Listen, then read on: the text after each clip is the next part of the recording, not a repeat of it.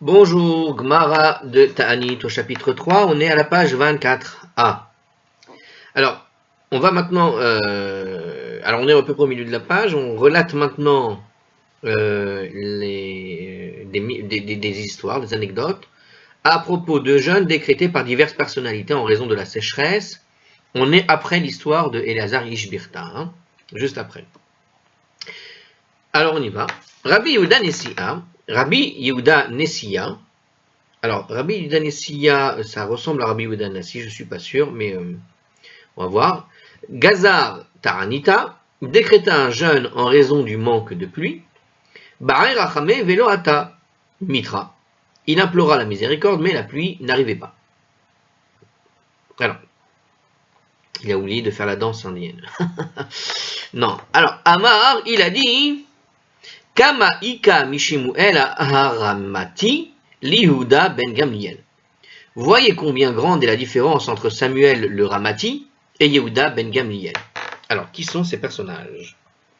Alors, Rabbi Yehuda Nessiya était le fils de Rabban Gamliel, le troisième, et le petit-fils de Rabbi Yehuda Nassi, donc ce n'est pas du tout Rabbi Yehuda Nassi, c'est son petit-fils. Ok? Donc le fameux Rabbi dans la Gemara ou la Mishnah, nous dit Rashi. Le titre de Nassi, prince, passa à la mort de Rabbi Yehuda Nassi à son fils Rabban Gamliel, puis à la mort de ce dernier à son fils Rabbi Yehuda, donc le petit-fils, et donc appelé Rabbi Yehuda Nessiya. Le mot Nessiya est une forme araméenne de Nassi, donc on ne veut pas l'appeler pareil que son grand-père sûrement. Dans ce passage, il s'appelle lui-même en fait Yehuda ben Gamliel. Voilà. Le prophète Samuel, qui était... alors, il nous précise quelque chose ici, je ne vois pas pourquoi il parle de Samuel maintenant. Alors oui, c'est ça. Quelle est la différence entre Samuel le Ramati et Yehuda ben Gamliel? Parce qu'en fait, on parle du prophète Samuel. Il était en fait de la ville de Rama. On peut voir ça dans Samuel 1, chapitre 1, verset 1, 2, chapitre 11, 8 et 4, etc. Pria seul, et malgré cela, la pluie tomba. Dans Samuel 1, chapitre 12, verset 17. Par contre, je ne suis pas assez méritant pour être exaucé par Dieu, même lorsque je décrète un jeûne et que je prie avec toute la communauté. C'est Rashi qui explique, expliqué par le Maharsha. Apparemment, pria seul et alors, on dirait que c'est Rashi qui dit ça. Alors je ne sais pas, ou alors c'est Rabbi, c'est Rabbi Yehuda ben Gamliel, donc Rabbi Yehuda Nessiya, qui dit qu'il n'est pas assez méritant comparé à Samuel. En outre, Samuel demanda la pluie hors saison et elle est venue malgré tout, alors que je ne peux même pas faire venir la pluie en sa saison. Encore pareil, c'est Rashi qui, en quelque sorte, paraphrase ce que semble dire Rabbi Yehuda Nessiya ou Yehuda ben Gamliel, c'est le même. Donc, voyez combien grande est la différence entre Samuel le Ramati et Yehuda ben Gamliel, entre le prophète Samuel et moi-même. Oilo l'ador sheken nitka, malheur à la génération qui a réduit à un tel état, qui a été réduite à un tel état, c'est-à-dire on n'est même plus capable de faire une prière. À savoir ici, il y a écrit, regardez comment il traduit, la traduction normale, il y a écrit là-bas, dans laquelle cela a été planté, c'est-à-dire le pieu a été planté. Alors le pieu ici, ça veut dire nitka, ça veut dire il a été planté. Il a été planté là. C'est-à-dire qu'il est resté planté là. Ça veut dire que je fais ma prière et je ne bouge pas. C'est rien qui bouge. J'ai été, voilà, ça s'appelle une crampe, ça s'appelle, on pourrait dire. Planté, fixé. Donc c'est l'idée de, voilà, Dieu m'a fait une crampe. J'ai demandé, j'ai rien reçu en retour. Ça pourrait vraiment vouloir dire ça. Oilo lemi chez alta beyamav kach. Malheur à celui au cours de la vie duquel une telle chose s'est produite, c'est-à-dire quelqu'un qui va faire la prière et il n'y a rien qui vient. Ça veut dire quoi? C'est le dirigeant de la génération qui ne peut amener la pluie par son jeûne et sa prière. Imaginez, on va aller demander au grand rabbin de nous aider pour la pluie, pour ci, pour ça, et toutes ces prières, il n'y a rien qui vient. Malheur à la génération quand il y a le grand de la génération qui ne peut absolument rien faire, il est planté par Dieu, quoi. Chalash da'ate, Rabbi Yehuda Nessiya en fut abattu, Veata, Mitra, et alors la pluie arriva. Donc il nous dit comme ça, Donc il faisait allusion à lui-même tout à l'heure, Rabbi Yehuda Nassi, quand il dit malheur à celui, c'est qui? C'est lui, c'est-à-dire il est le Nassi de l'époque, il est celui qu'on vient voir pour toutes les aides et pour toutes les prières et pour tout demander les questions, etc. Et il n'a aucun pouvoir, il prie, mais il n'y a rien qui vient, il n'est pas entendu. Alors malgré tout, il a pleuré et finalement la pluie est venue. Et bien regardez ce que nous dit le commentaire, tout est une question d'humilité. Justement, l'humilité est essentielle à l'acceptation de la prière, comme le dit l'Écriture.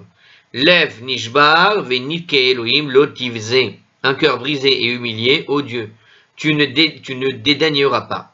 C'est dans le livre des Psaumes 51, 19. Ainsi, la détresse ressentie par Rabbi Yehuda Nessia devant le grand déclin des générations et de leurs dirigeants depuis l'époque des prophètes Samuel est suffisante, en fait, pour amener une réponse favorable à ses prières.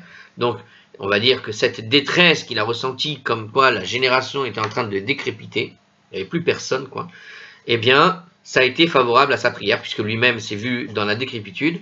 Pour cette raison, nous avons appris plus haut, à la Gemara, à la page 15b et 15a, et 16a, que c'était d'autres personnes qui devaient placer de la cendre sur la tête du Nassi et du chef du tribunal, c'est-à-dire que justement, c'était une manière pour le Nassi de s'humilier, pour le chef du tribunal de s'abaisser devant les autres et en public, pour avoir cette humilité au moment où on avait justement besoin de faire la prière pour la sécheresse. Alors, une seconde, je fais une petite chose pour l'image. Hop, voilà. Alors, on continue.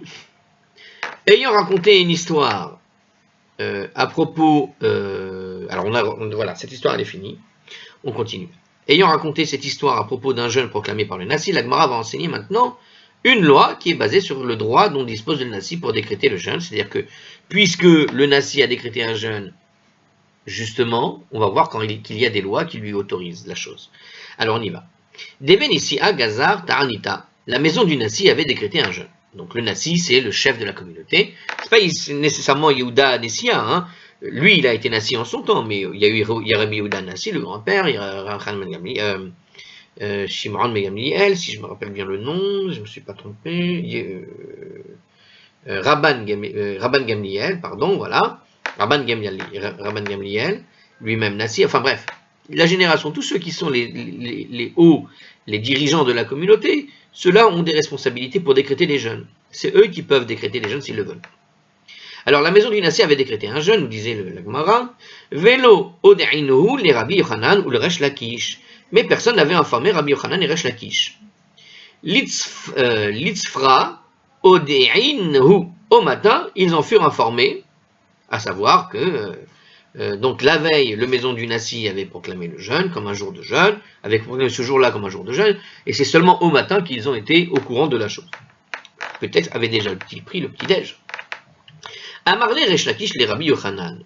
Resh Lakish a dit à Rabbi Yochanan, Halo kabilna alan meorta, mais nous n'avons pas accepté ce jeûne sur nous hier soir.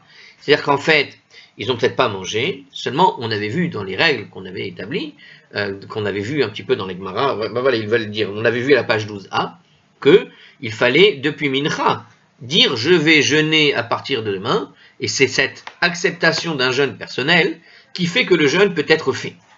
Mais comme ils n'ont pas été prévenus la veille, et qu'ils ne le savaient pas, ils n'avaient donc pas été préparés pour ça. Alors, il le dit en commentaire quand même, donc on l'avait vu ça à la page 12a, le jeûne volontaire ne prend effet que si la personne a pris sur elle la veille avant le coucher du soleil. Si une telle déclaration d'intention n'a pas été faite et que la personne jeûne le jour suivant, ça ne compte pas comme un jeûne. A priori, le sens de cette question est que puisque l'après-midi précédent, ils n'avaient pas pris sur eux-mêmes de jeûner, il n'y avait donc pas lieu de jeûner puisque cela ne compterait pas comme un jeûne. Donc pourquoi est-ce qu'eux vont jeûner? Puisqu'ils ne se sont pas préparés et que puisqu'il faut se préparer depuis la veille pour ce genre de jeûne, théoriquement, ça sert à rien, absolument à rien de jeûner. Ce raisonnement présente toutefois une difficulté. Nous avons vu précédemment à la page 10b que si quelqu'un arrive dans un endroit où un jeûne a été décrété, il était tenu de jeûner avec la population locale, même si cette personne ne jeûne pas dans sa propre ville. Ça veut dire que si vous vous rappelez de cette règle, effectivement, d'une ville en ville, toi donc tu n'as pas été prévenu qu'il y avait un jeûne dans cette ville, mais voilà que tu arrives dans cette ville, tu vois que les gens jeûnent, tu dois faire avec eux.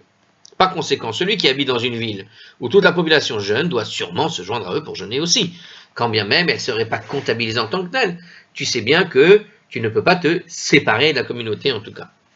Le Gvuratari, il y a un grand commentaire, on continue. Le Gvuratari explique qu'en fait, la question de Resh Lakish concerne en réalité le fait de prononcer Anenu. Puisqu'ils n'ont pas accepté le jeûne la veille, théoriquement, ils ne doivent pas faire Anenu, puisque ce n'est pas vraiment un jeûne. La prière spéciale des jours de jeûne. Celui qui participe au jeûne communautaire, alors qu'il n'était pas obligé personnellement, ne doit pas prononcer la prière de Anenu. Comme autre explication, il suggère en fait que de même que Rabbi Yochanan et Resh Lakish n'avaient pas été informés du jeûne le jour précédent, la majorité de la population n'avait pas non plus été informée de ce jeûne. Alors, Resh Lakish demandait tout simplement s'il y avait ou non une obligation pour quiconque de jeûner, puisque la ville dans son ensemble n'avait pas pris sur elle de jeûner à même depuis la veille. Donc, puisque personne dans toute la ville n'est au courant, est-ce que ce jeûne sera vraiment valable et quoi ça sert? Amarle, il lui a répondu, Aga Anan Betar Yehu Gerarinan. En fait, nous sommes entraînés à leur suite. En gros, il répond ce qui a été répondu quelque part à l'instant et qu'on a rappelé à propos de la Gemara de la page 10a et 12b. 12a, je ne me rappelle plus la page, mais à savoir que quand tu arrives dans une ville et que toute la ville doit jeûner, ben, tu es entraîné, tu es obligé de le faire. Puisqu'ils le font, il faut le faire. Alors il dit ici que, alors il explique en commentaire pour nous expliquer ce que veut dire nous sommes entraînés à leur suite. Ça veut dire que l'on se fie à la maison du Nassi en tant que dirigeant de la communauté et que l'on suit sa propre façon d'agir.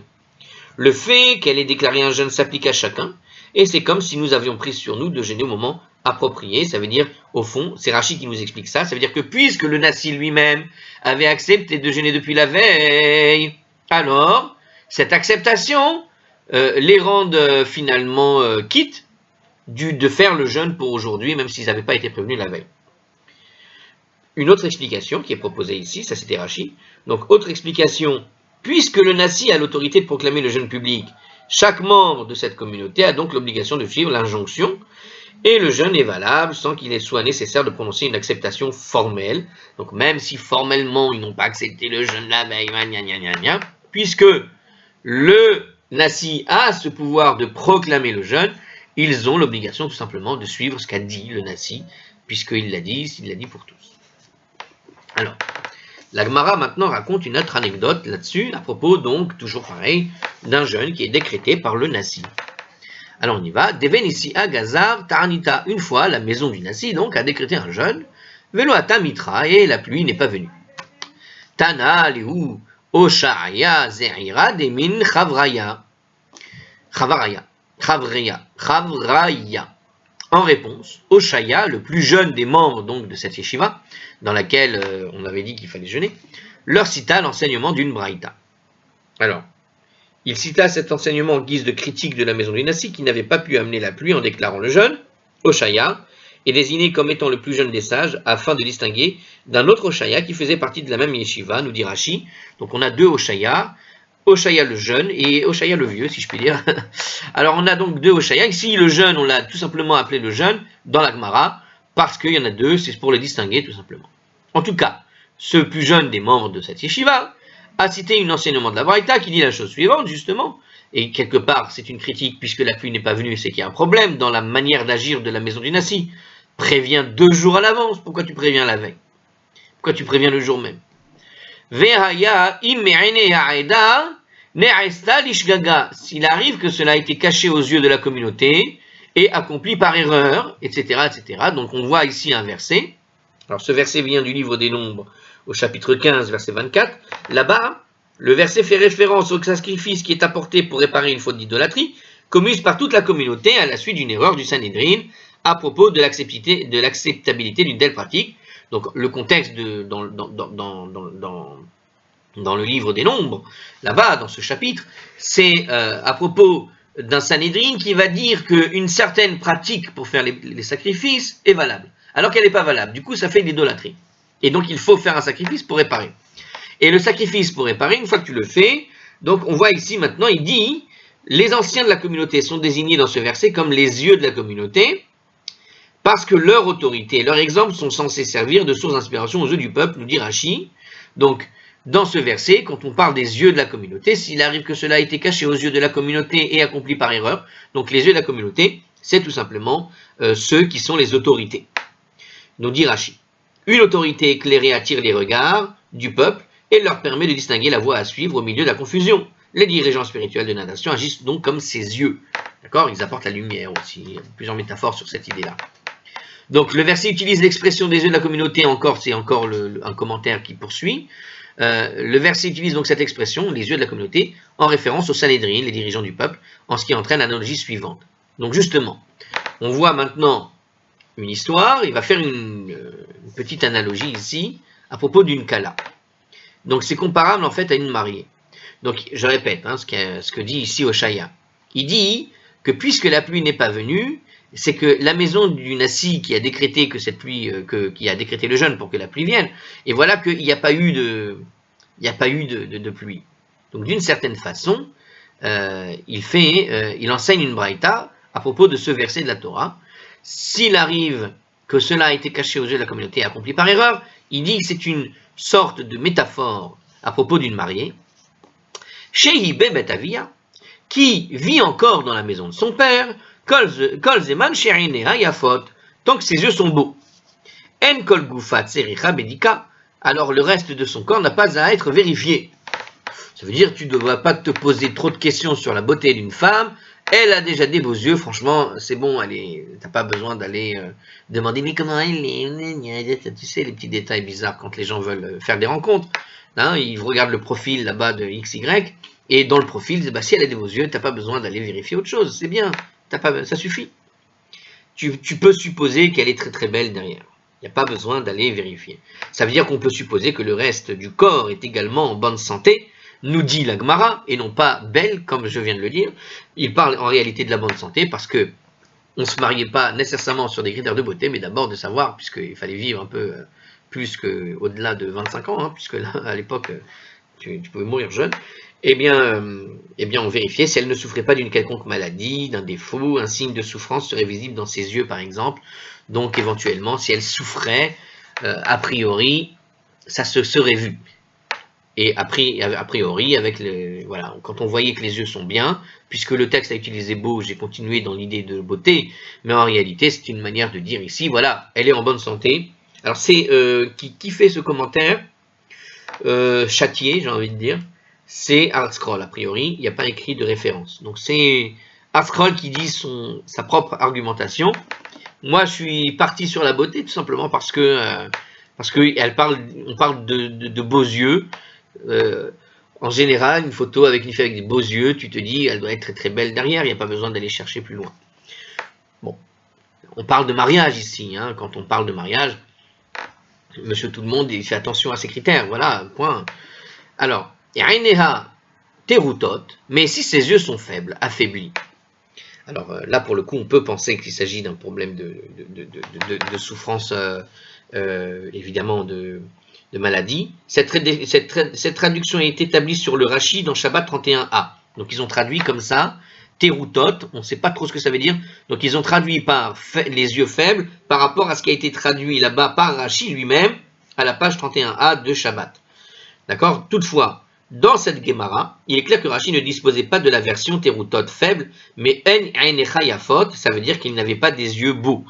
Donc, pour là-bas la Gemara de Shabbat 31a, il y a écrit elle n'a pas de beaux yeux, et Rashi explique là-bas, ça veut dire des yeux faibles. Ce qui explique le commentaire qu'on vient de vous donner ici, à savoir qu'on parle de la santé de la personne. Donc, avoir des beaux yeux dans le langage de la Gemara, suivant comment Rashi l'a interprété, ça veut dire tout simplement être en bonne santé ou être en mauvaise santé.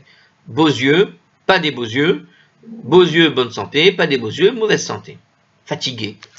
Kol gufatzricha bedika. Alors tout son corps doit être examiné. Ça veut dire en gros, il faut demander, mais est-ce qu'elle boite, est-ce qu'elle a une bosse, est-ce qu'il lui manque une dent, enfin ce genre de choses. De l'époque, c'était ce qui était important. De même, lorsque les dirigeants du peuple sont trouvés méritants, alors justement, qu'est-ce qu'il est en train de dire ici, Oshaya le jeune? Il est en train de dire ici, à propos de la maison du Nassi, puisqu'elle ne vient pas, c'est un petit peu comme cette femme qui n'aurait pas les beaux yeux, sa prière est faible. Donc il serait temps de vérifier un petit peu comment il est, et de voir en détail la manière dont il fait les prières, la manière dont il gère sa vie, le grand rabbin, d'une certaine manière. Pourquoi sa prière est faible en fait? C'est ça, c'est la métaphore avec la mariée. Alors justement, il nous dit comme ça, de même, lorsque les dirigeants du peuple sont trouvés méritants, les actes de la population ne sont pas examinés avec beaucoup d'attention. Je crois qu'on avait déjà vu cette métaphore ailleurs, maintenant que j'y pense. Ça me dit quelque chose là, en tout cas l'interprétation est très proche de ce qu'on a déjà vu. Alors je répète, de même que lorsque les dirigeants du peuple se sont trouvés méritants, les actes de la population ne sont pas examinés avec beaucoup d'attention, comme le manque prolongé de pluie indique le mécontentement divin à l'égard du peuple, cela atteste donc d'un manque de mérite de la maison du Nassi, donc c'est bien ce qu'on avait compris. Très bien. Il précise dans le commentaire, et c'est Rachi apparemment qui va parler ici, plus ou moins, le fait que la pluie ne soit pas venue après qu'ils aient jeûné et prié indiquait que le niveau spirituel du peuple avait été examiné par le ciel et avait été trouvé déficient. Ce que veut dire Oshaya ici, remarque que si les dirigeants du peuple avaient qui sont les yeux de la communauté, je rappelle le texte, s'il arrive que cela ait été caché aux yeux de la communauté, les yeux de la communauté c'est les dirigeants du peuple. Le Nassi c'est les yeux de la communauté comme les yeux de la mariée.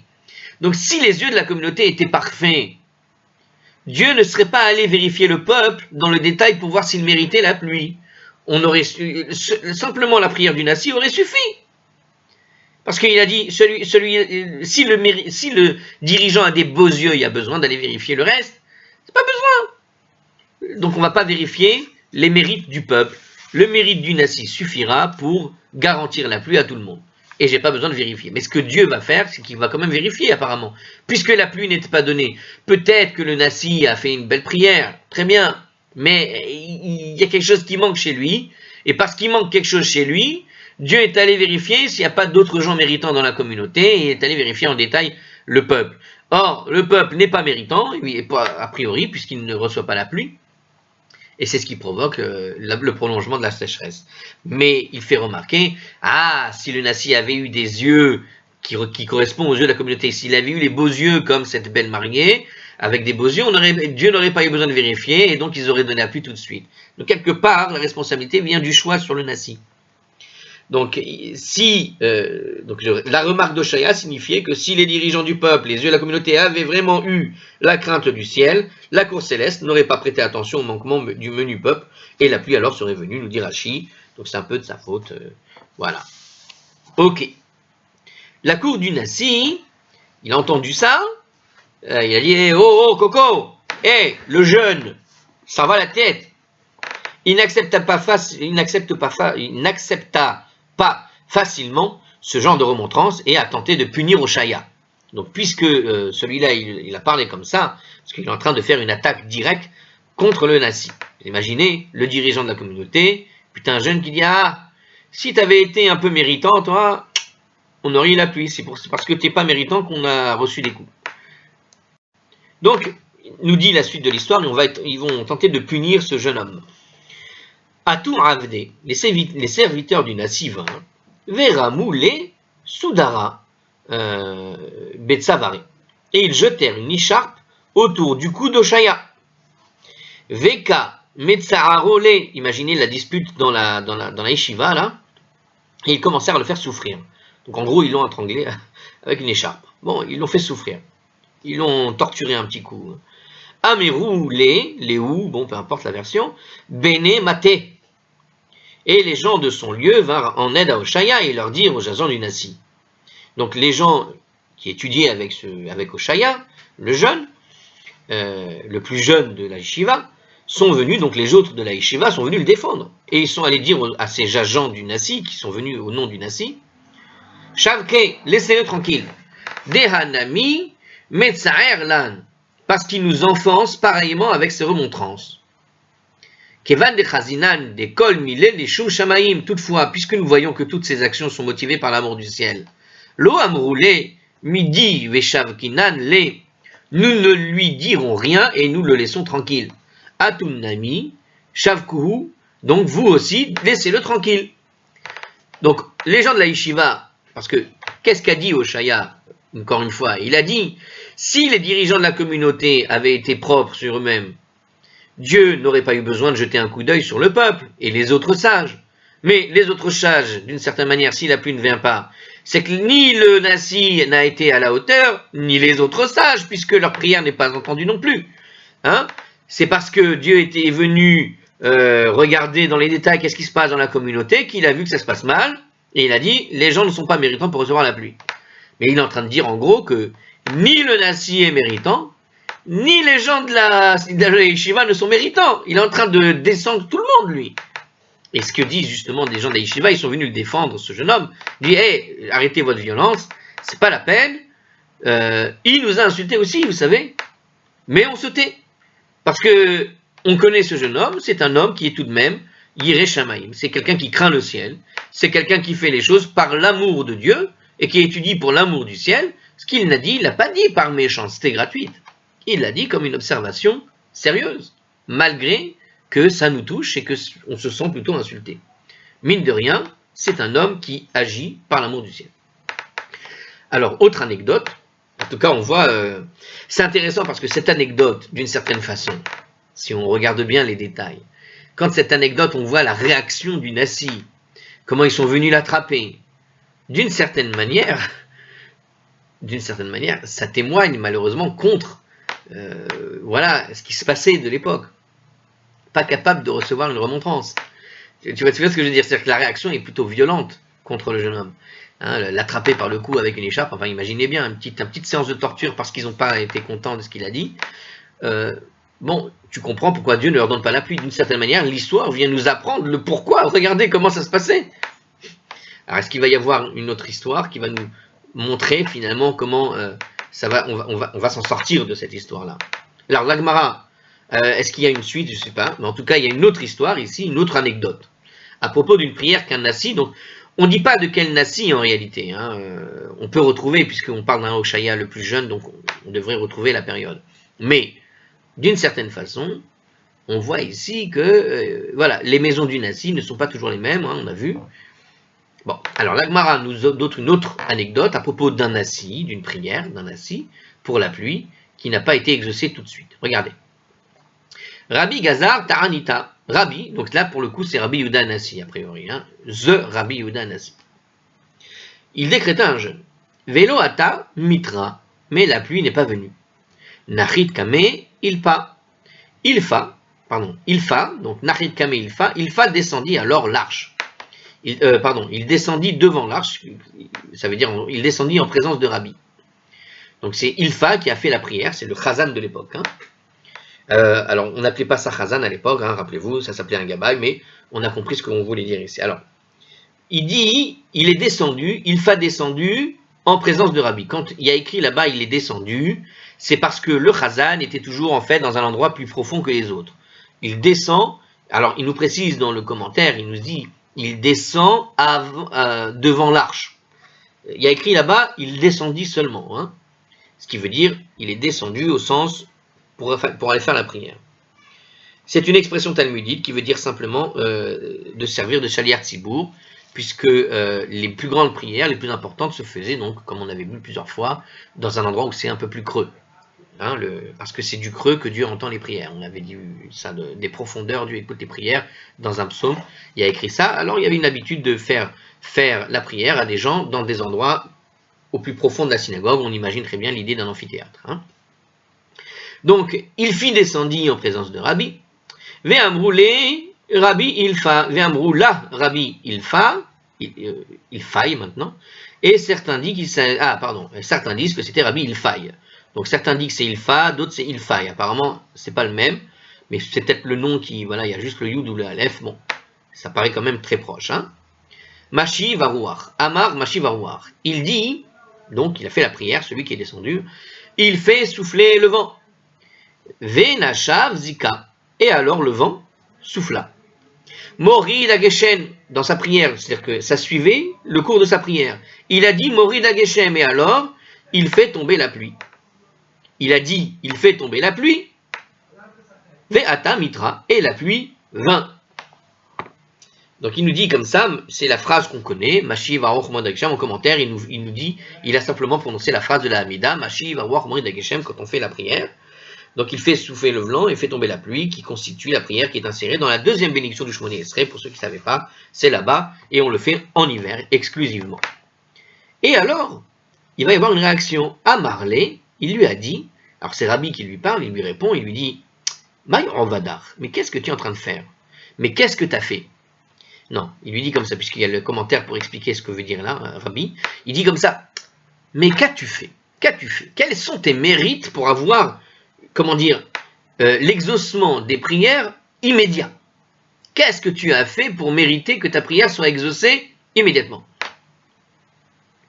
Amarle, il lui a dit, Dairena Bekusta Dechika. J'habite dans un village qui est affligé par la pauvreté. Delet B ve Avdalta. Delet B, Chamra likidusha ve Avdalta. Où il n'y a ni vin pour le kidouche et pour la Avdala. Il n'y a pas de kidouche pour le vin, pour la Avdala. Les kidusha, alors une minute, pardon, encore j'ai mal lu au mauvais endroit. Je reprends. Tarchena ve Atena, Chamra likidusha ve Avdalta. Je me donne donc du mal pour apporter du vin pour le kidouche et la Avdala et réciter pour eux ces prières. Uma pikna lehu yede chovataihu, et les acquitter ainsi de leur obligation. Donc je me donne du mal pour apporter ce vin pour le kidouche et l'avdala et acquitter tout le monde de leurs obligations. C'est un endroit qui est affligé de pauvres et il n'y a pas assez pour pouvoir faire le kidouche et lui va se démener donc pour apporter tout ce qu'il faut. Hein, tarcha, c'est se donner du mal, hein, c'est se démener. Hein. Alors, il précise dans le commentaire, cet épisode ne doit pas être interprété comme attestant du manque de mérite de Rabbi. La piété et l'humilité de Rabbi étaient légendaires et inégalées selon lui. C'est dans la Mishnah de Sota 49a. Donc, évidemment que Rabbi a une prière extraordinaire, il ne faut pas minimiser la puissance de Rabbi. Mais là, cette capacité, il prononce les mots, il y a la pluie qui tombe au moment où il prononce les mots, c'est ça qui l'impressionne. La pluie vint en raison d'un mérite d'une autre personne qui est moins méritante que lui, uniquement parce que le mérite de Rabbi n'était pas nécessaire pour mettre fin à la sécheresse.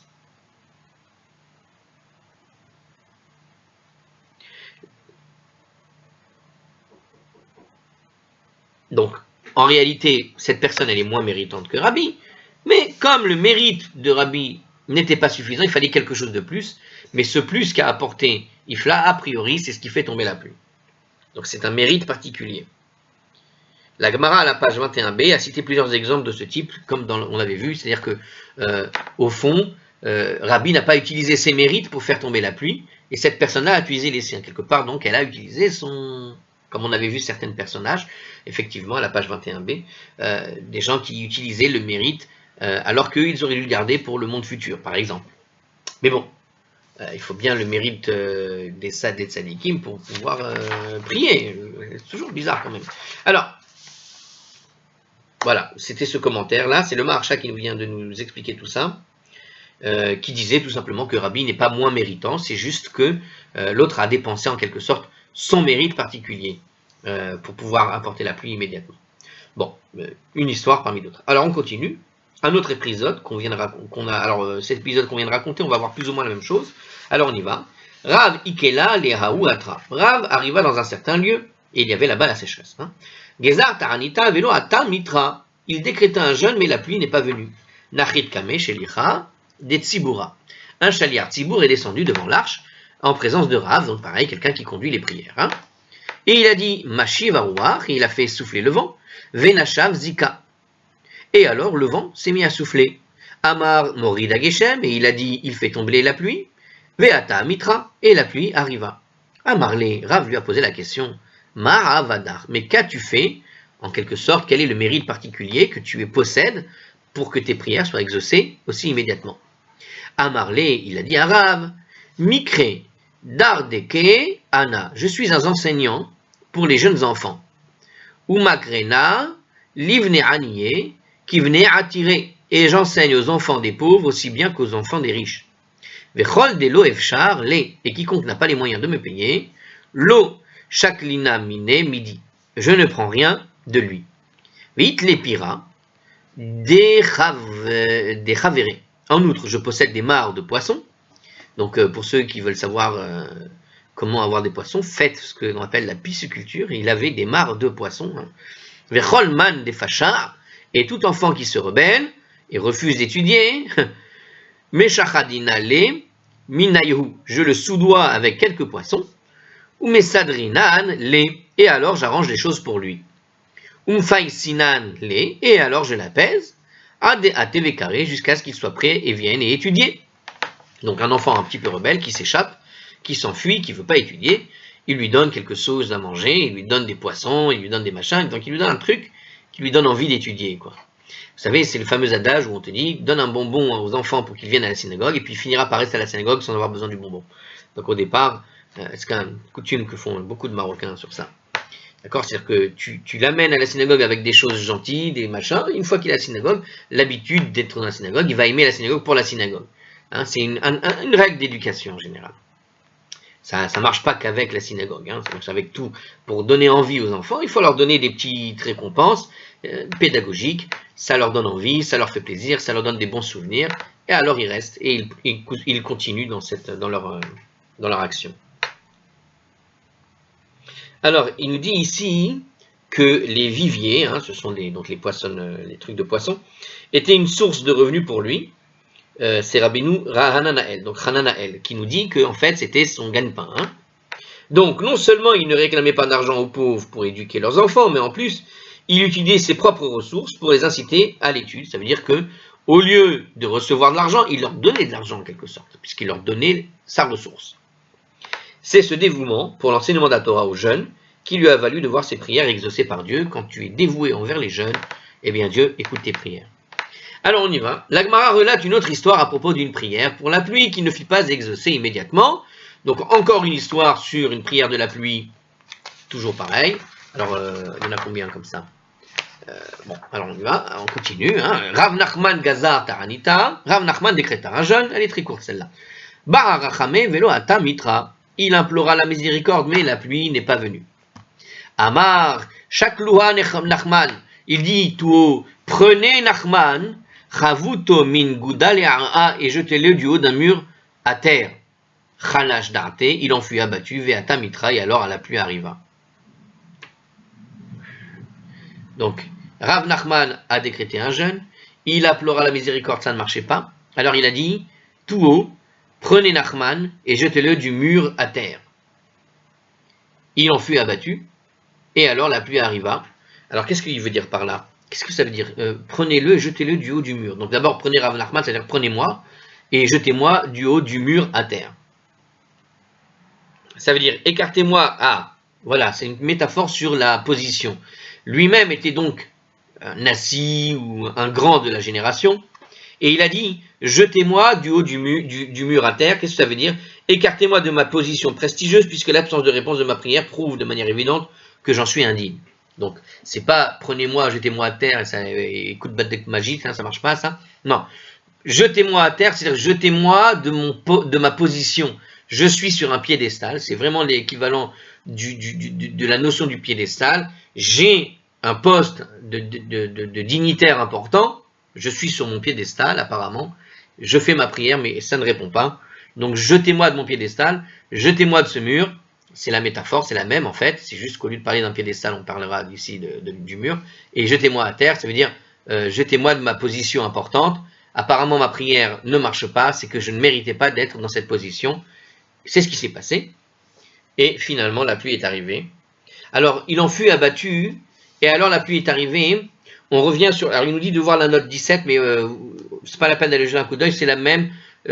Si vous réfléchissez bien, ce qu'il est en train de dire ici, la Gemara, c'est quand il dit il en fut abattu, ça veut dire que le fait d'avoir admis et de s'être humilié devant les autres, c'est cette humilité qui a permis finalement à la pluie d'arriver. Parce que jusque-là, il était justement du haut de son piédestal. C'est-à-dire qu'il priait avec un certain orgueil. Je suis le grand de la génération, je fais la prière, Dieu doit entendre. Tant qu'il est dans ce registre, la prière ne peut pas, elle passe pas le mur du ciel. Et alors, c'est à partir du moment où tu sors de ta condition de supériorité intellectuelle ou je ne sais quoi, tu te sens supérieur pour X raison parce que tu es le grand rabbin, tu es celui qui a été choisi, tu es ce que tu veux, dès que tu te rabaisses un petit peu le caquet, il en fut abattu. Donc il y a une sincérité dans l'idée de l'abattement, à savoir qu'il a probablement été jeté de sa position. Il a été finalement jeté de cette position et donc il a retrouvé une certaine humilité, il a compris qu'il fallait baisser un peu la tête, et alors la pluie est arrivée. C'est ce qui s'était passé dans la note 17, c'est la même histoire plus ou moins avec un autre personnage. Alors, Autre épisode comparable. Alors juste, je vais la démarrer parce qu'elle va finir sur la page 24b. Et comme elle est un petit peu longue, on va juste faire le début et on répétera la fin de notre Gemara sur ce passage-là. Donc c'est à propos de Rabba. Rabba Gazar Taranita. Donc Rabba décrète un jeûne, je vais l'aller rapidement. Juste pour terminer, vous pouvez arrêter la vidéo pour celui qui veut. Juste je la démarre pour passer à la page 24b. Donc je la démarre pour celui qui veut écouter. Il implora la miséricorde, mais la pluie n'est pas venue. Ils lui dirent, et pourtant, lorsque Rav Yehuda décrétait un jeûne, la pluie venait. Alors il leur a dit, mais que puis-je faire? En raison de l'étude de la Torah, si vous pensez qu'en raison de l'étude de la Torah, etc., qui était plus intense avec Rav Yehuda, voilà que nous sommes en réalité supérieurs à eux sur ce point.